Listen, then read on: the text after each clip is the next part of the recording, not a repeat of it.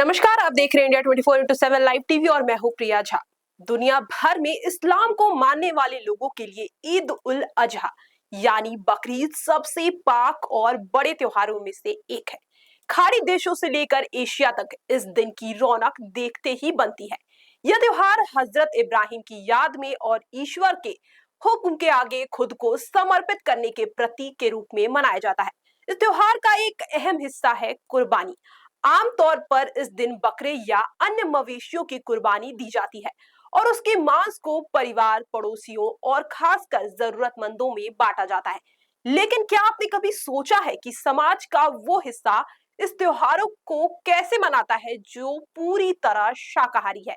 जी हाँ, मुस्लिम समाज में भी शाकाहार का एक बड़ा और बढ़ता हुआ चलन है। आज हम इसी दिलचस्प पहलू को गहराई से समझेंगे।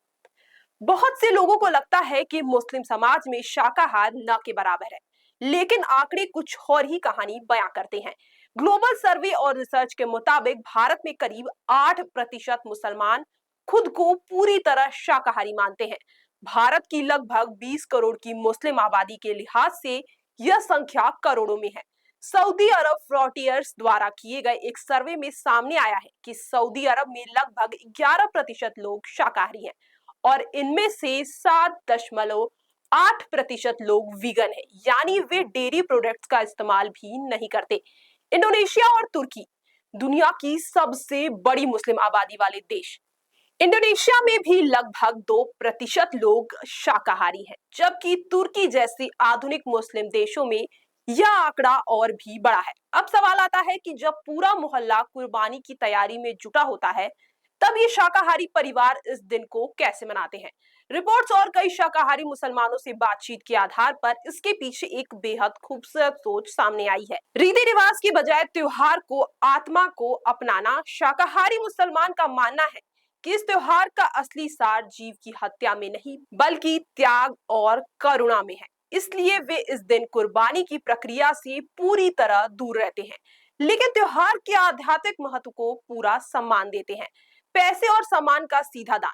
इस्लाम में गरीबों की मदद करने पर सबसे ज्यादा जोर दिया गया है। कुर्बानी पर होने वाले खर्च खरीदने की के बराबर या उससे भी ज्यादा सीधे अनाथालयों, अस्पतालों या गरीब परिवारों को दान कर देते हैं। उनका तर्क है कि पैसों की मदद से कोई गरीब परिवार अपने बच्चों की पढ़ाई, दवाई या रहने का इंतजाम कर सकता है, जो मांस से कई ज्यादा जरूरी हो सकती है। शुद्ध शाकाहारी दावत। ईद खुशियां बांटने और अच्छे पकवान खाने का नाम है।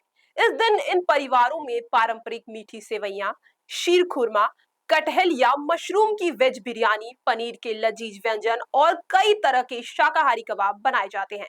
वे अपने दोस्तों और रिश्तेदारों को इस ग्रीन दावत पर आमंत्रित करते हैं। आज की युवा पीढ़ी में हलाल, वीगन और कंपेशनेट इस्लाम सी नई लहर चल रही है। इन स्कॉलर्स और युवाओं का कहना है कि पैगंबर मोहम्मद ने हमेशा जानवरों के साथ बेहद नरमी, प्यार और दया से पेश आने की सीख दी थी। इस्तांबुल की रहने वाली जहरा कहती है कि आज के दौर में जहां मांस का व्यापारिक उत्पादन होता है, वहां जानवरों के प्रति क्रूरता बढ़ती है। ऐसे में शाकाहार अपनाना असल में प्रकृति और जीवों के प्रति करुणा रखने की इस्लामिक सीख से सबसे करीब है। तो दोस्तों, शाकाहारी मुसलमानों का बकरीद मनाने का तरीका हमें यह सिखाता है कि आस्था कभी रूढ़िवादी नहीं होती।